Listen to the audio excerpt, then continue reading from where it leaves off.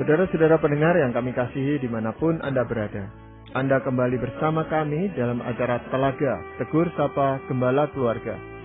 Saya Gunawan Santosa dari Lembaga Bina Keluarga Kristen akan berbincang-bincang dengan Bapak Pendeta Dr. Paul Gunadi. Beliau adalah seorang pakar dalam bidang konseling serta dosen di Seminari Alkitab Asia Tenggara, Malang. Perbincangan kami kali ini merupakan kelanjutan dari perbincangan kami terdahulu tentang sewaktu doa tak terjawab. Kami percaya acara ini pasti bermanfaat bagi kita sekalian dan dari studio kami mengucapkan selamat mengikuti. Pak Paul, pada kesempatan yang lalu kita sudah berbincang-bincang tentang sewaktu doa tak terjawab dan banyak hal yang menarik yang Pak Paul sudah sampaikan. Nah, supaya para pendengar kita bisa mengingat kembali apa yang kita perbincangkan, atau mungkin sebagian dari pendengar kita waktu itu tidak sempat mengikuti perbincangan yang pertama itu. Nah, mungkin Pak Paul bisa menjelaskan secara ringkas apa yang kita perbincangkan pada kesempatan itu, Pak Paul. Saya akan memulai dengan kata pembukaan yang juga saya sudah katakan sebelumnya, yaitu bahwa doa bisa menjadi sarana yang mendekatkan kita dengan Tuhan, tapi sebaliknya doa juga bisa menjadi sarana yang menjauhkan kita dari Tuhan. Maksud saya adalah, karena kita dalam keadaan butuh ya. Kita datang kepada Tuhan meminta sesuatu. Dan kita tahu Tuhan itu sanggup melakukan segalanya. Nah, waktu Dia berikan kepada kita, luar biasa sukacitanya kita. Dan itu akan membawa kita lebih akrab dekat dengan Tuhan. Sebaliknya, waktu kita sedang dalam keadaan butuh sekali dan berdoa meminta Tuhan menolong. Atau menjawab doa kita. Kok nggak dijawab seperti yang kita harapkan? Wah, itu merupakan pukulan besar. Maka ada sebagian orang kecewa berat. Karena merasa kok doanya tidak dijawab Tuhan. Dan itu yang membuat mereka akhirnya mundur dan menjauhi Tuhan. Maka penting bagi kita menyadari atau memahami tentang apakah doa itu. Nah, ada dua hal yang telah kita ulas. Yang pertama adalah bahwa Tuhan harus juga memperhitungkan bukan saja diri kita, tapi kelompok manusia yang lain. Dan juga ada kalanya rencana Tuhan bukan hanya berkaitan dengan kita di lokasi di mana kita berada, tapi juga melibatkan orang-orang lain atau diri kita di lokasi yang berbeda-beda. Jadi letak wilayah geografis yang tidak sama. Kita sudah membahas contohnya tentang Yusuf yang dari tanah kelahirannya di Israel, dijual akhirnya mendekam di penjara di Mesir. Nah, dari Israel ke Mesir supaya nantinya bisa membuka pintu bagi keluarganya Bani Israel untuk bisa dipelihara di tanah Mesir. Nah, bagaimanakah Yusuf bisa mengerti rencana Tuhan? Sewaktu dia berdoa minta Tuhan membebaskan dia dari penahanan dan penangkapannya. Gak mungkin dia mengerti semua itu. Yang kedua, kita juga harus sadari bahwa rencana Tuhan itu sangat besar sehingga penggenapan rencana Tuhan ada kalanya itu tuh terjadi beberapa generasi setelah kita ini tidak ada lagi di dunia. Jadi Tuhan tidak selalu menggenapi rencananya di dalam batas waktu kehidupan kita di dunia ini. Contohnya adalah Naomi. Naomi harus mengungsi karena adanya bahaya kelaparan di tanah kelahirannya. Dia pindah ke Moab. Di Moab, ya suaminya meninggal dunia. Dua anaknya juga meninggal dunia. Tapi dia pulang kembali dengan menantunya Ruth. Ruth akhirnya menikah dengan Boaz. Dan Boaz mempunyai cicit yang bernama Raja Daud. Dan dari Raja Daud, kita tahu nanti akan lahir Tuhan kita Yesus Kristus. Untuk menyatakan rencana Allah bahwa Dia mengasihi seluruh dunia. Semua bangsa di dunia. Bukan hanya satu bangsa Israel. Maka dari garis keturunan Tuhan Yesus harus ada seorang wanita bernama Ruth yang berkebangsaan Moab. Apakah Naomi melihat penggenapan rencana Tuhan? Sama sekali tidak. Dia mengerti tidak rencana Tuhan. Juga tidak. Sampai dia meninggalkan dunia ini, tetap dia nggak mengerti. Nah, maka di konklusi yang kita telah lakukan pada acara sebelumnya adalah bahwa kita tetap harus percaya, Pak Gunawan, Tuhan itu baik. Di Matius pasal 7 ayat 7 hingga 11 dikatakan kan masakan. Dia akan memberikan kita ular. Waktu kita hendak meminta roti. Nggak mungkin. Dia akan memberikan kepada kita yang baik. Namun apa yang baik baginya mungkin nggak sama dengan apa yang baik bagi kita. Sebaik-baiknya rencana dan keinginan kita, rencana dan keinginan Tuhan lebih baik meskipun tidak bisa kita pahami sekarang ini. Ya, Pak Paul, jadi pada waktu itu kita membicarakan tentang permintaan kita yang tidak sejalan dengan rencana Tuhan. Karena kita sendiri tidak tahu, tidak mungkin bisa memahami seluruh rencana Tuhan gitu, Pak Paul. Nah, yang berikutnya apa, Pak Paul? Yang berikut adalah kadang Tuhan tidak menjawab doa sebab motivasi kita tidak benar. Ya, ingatlah bahwa Tuhan tidak hanya mendengar ucapan bibir.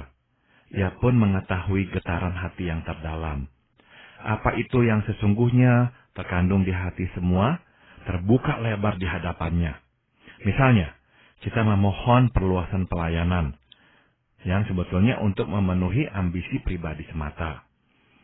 Nah, atau kita bisa juga berkata, bukankah kadang kita mencampur adukan kesenangan pribadi dengan kepentingan Tuhan. Jadi ada kalanya Tuhan tidak menjawab doa, justru untuk memurnikan kita. Nah, ini kita nggak selalu memang menyadarinya. Sebab bisa jadi buat kita permintaan doa itu adalah permintaan yang sah-sah saja. Tapi ada kalanya Tuhan sengaja menghentikan langkah kita karena Dia memang ingin memurnikan kita. Supaya kita itu benar-benar bisa membedakan antara kepentingan Tuhan dan kepentingan pribadi. Seringkali kedua itu tuh bisa bercampur aduk, Pak Gunawan. Memang tentang motivasi ini kalau dilihat dari sudut kita ya, kita akan terus membenarkan bahwa motivasi saya berdoa ini sudah benar gitu. Tapi di mata Tuhan kan bisa salah gitu, Pak Paul. Betul sekali. Memang ada kalanya kita menyadarinya, ada kalanya tidak, ya. Karena apa? Karena keinginan kita bisa saja sangat kuat. Misalkan tadi saya gunakan contoh pelayanan. Bukankah kita itu akan berkata, ini kan untuk Tuhan. Pelayanan ini bukan untuk saya, untuk Tuhan. Namun, bisa jadi Tuhan memang ingin memurnikan kita sebab ada unsur-unsur untuk kitanya. Dan itu tuh yang Tuhan ingin tanggalkan dari diri kita. Benar-benar akhirnya kita nggak ada lagi tuh unsur-unsur kebanggaan atau kepentingan diri kita. Gara-gara Tuhan tidak menjawab doa kita. Sehingga apa yang kita harapkan, Tuhan perluas dan sebagainya pelayanan kita, kok justru tidak. Atau kita sudah membesarkan pelayanan ini, nah akhirnya Tuhan nggak besarkan lagi, malah Tuhan surutkan menjadi lebih kecil. Nah di situ pun Tuhan memurnikan lagi diri kita bahwa ini benar-benar pekerjaan Tuhan. Dan bukankah kalau memang benar-benar pekerjaan Tuhan, ya kita nggak apa-apa. Kita akan siap lepaskan. Saya masih ingat sekali prinsip Dr. James Dobson, psikolog Kristen di Amerika. Dia selalu berkata, pelayanan dia itu didasarkan atas iman pada Tuhan. Tuhan menghendaki masih ada focus on the family, maka Tuhan akan memeliharanya. Di suatu titik di mana Tuhan berkata, sudah stop, nggak lagi perlu fokus on the family, Tuhan mungkin akan bangkitkan pelayanan yang lain. Nah, dia bilang Tuhan akan hentikan dukungan untuk fokus on the family. Dan kalau itu terjadi, ya udah dia akan menjadi orang yang berkata, ya udah harus kita selesaikan, kita sudahi. Berarti memang sudah waktunya. Nah, hal-hal seperti ini kan menunjukkan memang motivasinya murni. Karena ini dari Tuhan, ya nggak apa-apa, Tuhan ambil kembali. Tapi ada orang-orang, Pak Gunawan, yang berpikir ini untuk Tuhan nih. Dia melayani, dia mengerjakan ini dan sebagainya. Waktu jabatannya itu diminta untuk diserahkan kepada orang lain, dia ngamuk. Dia nggak terima, Pak Gunawan. Dia berkata, saya yang udah mulai, saya yang harus mendapatkan ini. Kenapa saya nggak bisa? Dan dia marah-marah. Nah, dalam situasi seperti itu kan justru terlihat sebetulnya ambisi pribadinya lah yang lebih berperan, bukan kepentingan Tuhan. Nah, jadi sekali lagi ada kalanya Tuhan sengaja ya tidak memberikan apa yang kita minta untuk memurnikan motivasi kita. Ya, dan ini sebenarnya agak menjadi beban pikiran bagi saya atau banyak orang, Pak Paul ya. Bagaimana membedakan ini? Bahwa ini adalah ambisi saya sendiri atau untuk kemuliaan Tuhan gitu, Pak Paul? Seringkali kita memang nggak bisa melihatnya dengan jelas, Pak Gunawan. Dan Tuhan saya kira juga nggak menuntut kita mengetahui dengan jelas di tahap awal ini. Enggak. Karena kita terbatas. Kita benar-benar berpikir ini untuk Tuhan kok. Nah, tapi waktu tidak seperti yang kita harapkan, kok pelayanannya kok begini, kok begitu, kok nggak seperti yang kita harapkan. Nah, apa tuh respons kita? Kalau kita marah, kita kok nggak bisa terima, kita menyalahkan kanan kiri, orang-orang di sekitar kita ini kena damprat. Nah, jelas, ini untuk kita. Nggak heran doa-doa kita supaya Tuhan perluas. Kok Tuhan nggak perluas? Sebab Tuhan mau menunjukkan kepada kita, ini untukmu, bukan untukku. Makanya kamu begitu frustrasi. Nah, waktu itu terjadi, seharusnya kita sadar. Oh iya nih, saya ini kok begini ya. Saya pikir untuk Tuhan, ternyata untuk saya pribadi nih. Udah dah, saya harus belajar nih. Saya harus bersihkan diri saya. Ini untuk Tuhan sepenuhnya, nggak apa-apa. Terserah Tuhan. Nah, justru kalau kita bisa memberi respon seperti itu, kita dimurnikan. Gitu. Ya, tapi seringkali justru responnya adalah, wah ini tantangan pelayanan ini. Ini tentu hambatan dari iblis. Saya mesti berdoa lebih banyak lagi. Saya harus mencari cara yang lebih baik lagi supaya tetap berkembang lagi. Bagaimana, Bapak? Nah, sudah tentu akan ada memang ya waktu di mana kita mendapatkan tantangan. Dan kita ya harus bisa memang memilah untuk apa. Tapi bedanya saya kira adalah ini, Pak Gunawan. Beban mental. Kalau orang itu memang mendasarinya atas kepentingan pribadi, lebih ngotot. Atau orang Jawa bilang lebih ngoyo ya. Nggak bisa lepaskan. Dia benar-benar tuh, dia genggam, dia harus pegang, dia harus peroleh. Tapi kalau kita ini tahu ini dari Tuhan dan nggak apa-apa ya, Tuhan ambil kembali. Ya udah, meskipun kita mau bertahan, kita coba bertahan, tapi kita itu lega ya, merdeka. Kita soalnya udah melepaskannya. Kita tahu ini memang milik Tuhan dan bukan milik kita. Iya. Ada faktor yang lain, Pak Paul, yang ingin Pak Paul sampaikan? Yang lain adalah ini. Tuhan tidak menjawab doa sebab proses penantian menjadi sesuatu yang jauh lebih bernilai daripada jawaban itu sendiri. Misalnya ya, kita ingin disembuhkan dari sakit. Namun justru dalam sakitlah kita malah mengenal Tuhan dengan lebih akrab dan makin beriman. Dengan kata lain, ada kalanya Tuhan tidak menjawab doa untuk menumbuhkan diri rohani kita. Nah, kita nggak suka menanti, nggak ada yang suka menanti ya. Kita ingin cepat ya, semua yang kita minta dijawab Tuhan dengan segera. Tapi banyak karakter Kristiani itu nggak bisa muncul di luar penantian, Pak Gunawan. Dan hanya bisa muncul dalam penantian. Misalnya, beriman. Benar-benar itu muncul dalam penantian. Kalau yang kita minta langsung kita dapatkan, nggak ada lagi iman di situ. Dan nggak perlu iman. Berarti iman kita nggak akan muncul. Kesabaran hanya dapat muncul di dalam penantian. Karena kita harus menahan diri. Nggak mendapatkan yang kita inginkan. Misalkan lagi adalah kekuatan menahan rasa sakit. Kadang-kala kita cepat-cepat ingin lari ya dari semua yang tidak nyaman. Tapi dalam penantian kita harus tinggal bersama rasa tidak nyaman itu. Tidak adanya kepastian itu yang menggelisahkan kita. Namun itu justru akan muncul ya. Daya tahan kita bertumbuh menjadi lebih matang dan sebagainya. Dan salah satu hal lagi yang juga akan muncul dalam penantian adalah pemahaman tentang Allah. Kita akhirnya itu dibukakan ya. Melihat Allah itu dengan lebih luas, Pak Gunawan. Oh iya ya, Tuhan itu luar biasa. Besar sekali. Ternyata, wah, Tuhan itu tuh memang rencananya di luar dugaan kita. Dan itu hanya bisa muncul di dalam penantian. Kalau apa yang kita minta langsung kita dapatkan, dunia kita sempit. Termasuk pemahaman kita tentang Allah pun sempit. Seolah-olah minta satu, dapat satu. Minta dua, dapat dua. Udah. Tapi waktu kita harus menanti, kita akhirnya dipaksa mengenal siapakah Tuhan. Dia jauh lebih luas daripada pemikiran kita. Iya, uraian Pak Paul ini mengingatkan saya tentang Abraham, Pak Paul, yang Tuhan janjikan bahwa keturunannya akan seperti pasir di laut, seperti bintang di langit. Tetapi sampai tua dia harus menunggu itu. Kenyataannya itu kan lambat sekali gitu, Pak Paul. Dan ini seringkali menggoda kita itu. Betul enggak Tuhan itu menjanjikan dan menjawab, memenuhi janjinya gitu, Pak Paul. Dan dia menunggu 25 tahun. Jadi umur 75 dia mendapatkan janji Tuhan yang pertama kali, umur 100 baru digenapi. Ya, itu waktu-waktu yang cukup panjang sebenarnya, Pak Paul. Tetapi dia tetap bisa bertekun menantikan itu. Betul, dan juga kita tahu orang Israel. Mereka menderita di Mesir, di tangan Firaun, bukannya sehari 2 hari, ya, untuk waktu yang sangat lama, 400-an tahun. Namun, ya, ada waktu Tuhan. Alkitab mencatat mereka berteriak minta tolong. Makanya akhirnya Tuhan memanggil Musa dan berkata, aku telah mendengar teriakan minta tolong umatku. Nah, berapa lama? 400 tahun lebih. 4 abad lebih. Enggak cepat itu Pak Gunawan. Inilah rahasia-rahasia yang nanti kita hanya bisa tahu ya. Jawabannya itu di sorga. Kita nggak bisa memang memahaminya. Kenapa kok harus tunggu begitu lama? Kenapa kok Abraham harus tunggu 25 tahun baru datanglah anak perjanjian yaitu Ishak? Iya, sekarang pun kita sebagai orang-orang yang beriman kepada Tuhan Yesus ini menanti-nantikan janji Tuhan mau datang gitu Pak Pal ya. Dan ada banyak orang yang ndak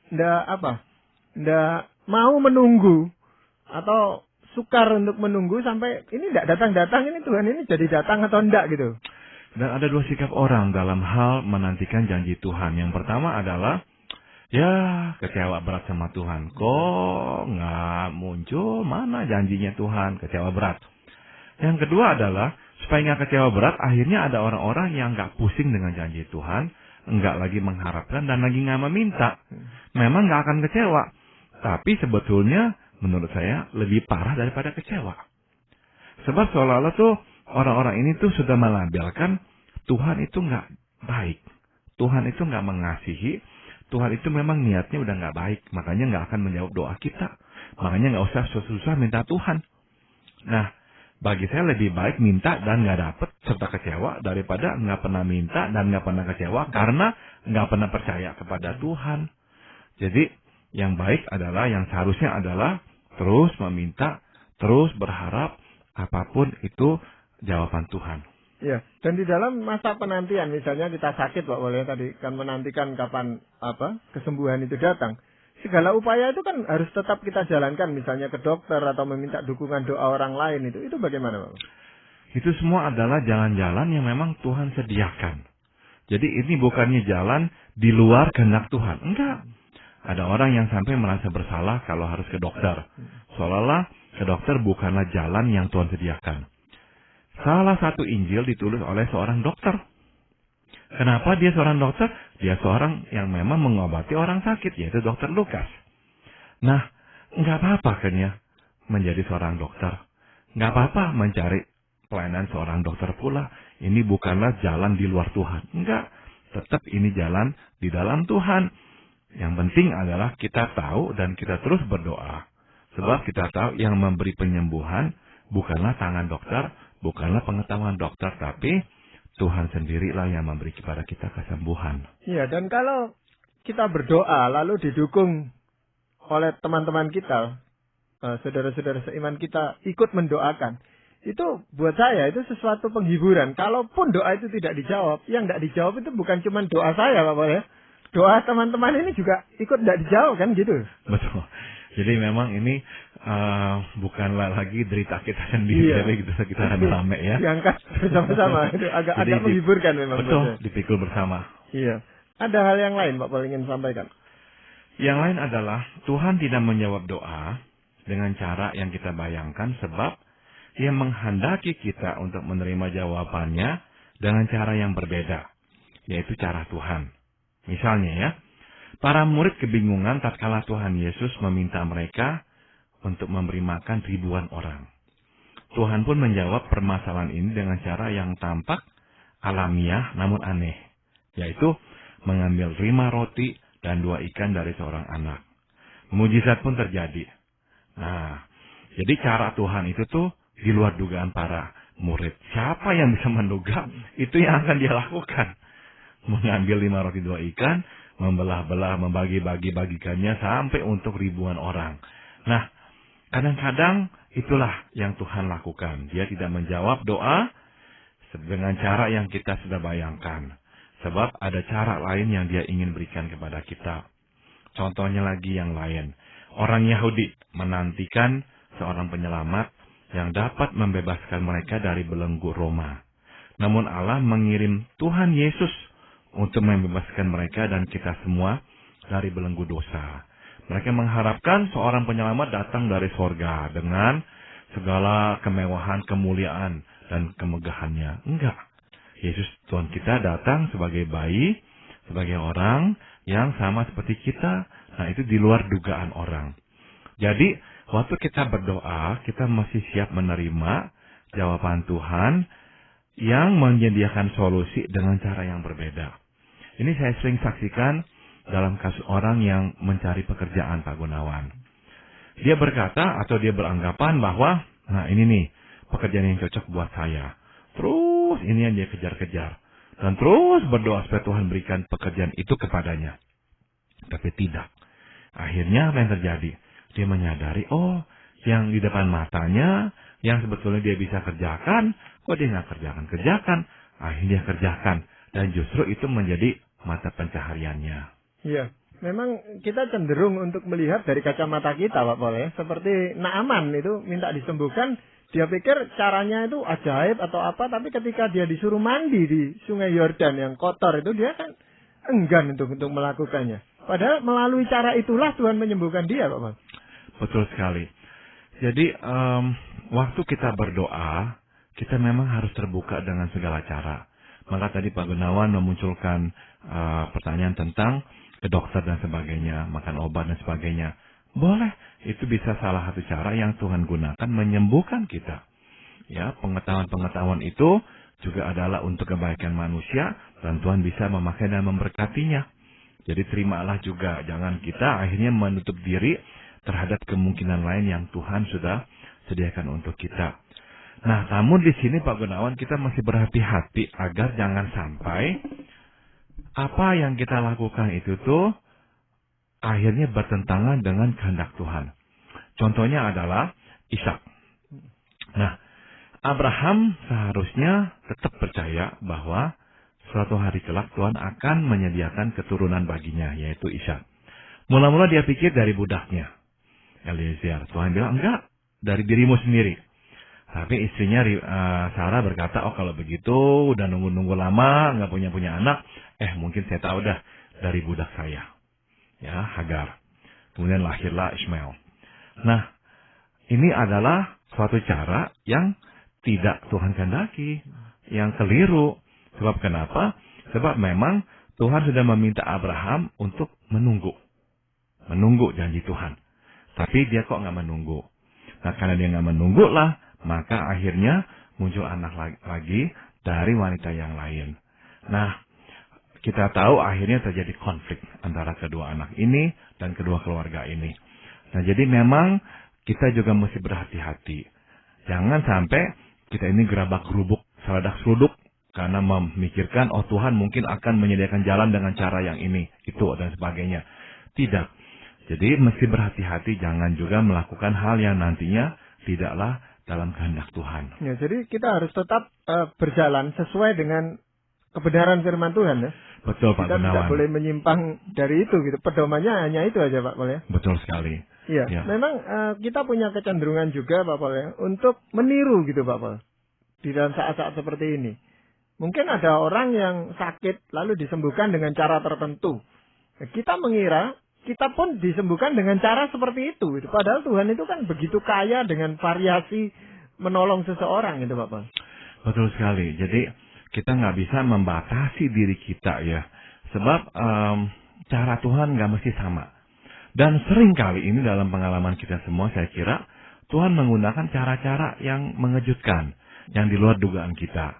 Maka kita masih terbuka, ya, dengan cara-cara lain itu pula. Ya, Pak Paul, ini Pak Paul sudah menyampaikan setidaknya 5 hal tentang doa yang tidak berjawab ini. Nah, mungkin Pak Paul mau menyimpulkannya, Pak Paul. Kesimpulannya adalah ini, Pak Gunawan. Apapun jawaban Tuhan, kita mesti meyakini 2 hal. Yang pertama adalah bahwa Tuhan mengasihi kita. Dan bahwa Tuhan mendengar doa kita. Ya, coba dengarkan firman Tuhan yang diambil dari Yesaya 40, 13 hingga 15. Siapa yang dapat mengatur roh Tuhan, atau memberi petunjuk kepadanya sebagai penasihat? Kepada siapa Tuhan meminta nasihat untuk mendapat pengertian? Dan siapa yang mengajar Tuhan untuk menjalankan keadilan? Atau siapa mengajar dia pengetahuan dan memberi dia petunjuk, supaya ia bertindak dengan pengertian. Sesungguhnya bangsa-bangsa adalah seperti setitik air dalam timba, dan dianggap seperti sebutir debu pada neraca. Sesungguhnya pulau-pulau tidak lebih dari abu, halus beratnya. Nah, Tuhan Maha tahu. Kita mesti percayakan pada kehendaknya. Dan itu sudah pasti yang terbaik. Kehendak kita, pengetahuan kita, sebaik apapun, tetap jauh di bawah pengetahuan Tuhan yang sempurna itu. Ya, memang pemahaman bahwa Tuhan mengasihi kita, itu kadang-kadang kita salah artikan bahwa Tuhan memenuhi semua permintaan doa kita itu, Pak Paul. Betul sekali. Jadi kita kembali lagi harus mengingatkan diri kita bahwa di satu pihak kita istimewa. Di satu pihak yang lain, Tuhan juga harus memikirkan kepentingan-kepentingan lain yang jauh lebih panjang dan jauh lebih luas, dan bahkan kadang memakan waktu yang jauh lebih lama daripada batas kehidupan kita. Jadi kita mesti percaya itu pula. Ya, memang itu bisa kita lihat itu setelah masalah atau problema itu lewat gitu, Pak Paul. Kita baru melihat, oh ini ternyata kehendak Tuhan itu ini yang baik gitu. Tapi sebelumnya itu memang sulit untuk melihat ini Tuhan itu mengasihi kita dan membiarkan kita mengalami itu sangat sulit, Pak Paul. Maka dalam masa yang sulit itu, yang akan berperan besar adalah iman, Pak Gunawan. Iman yang percaya bahwa masih ada Tuhan.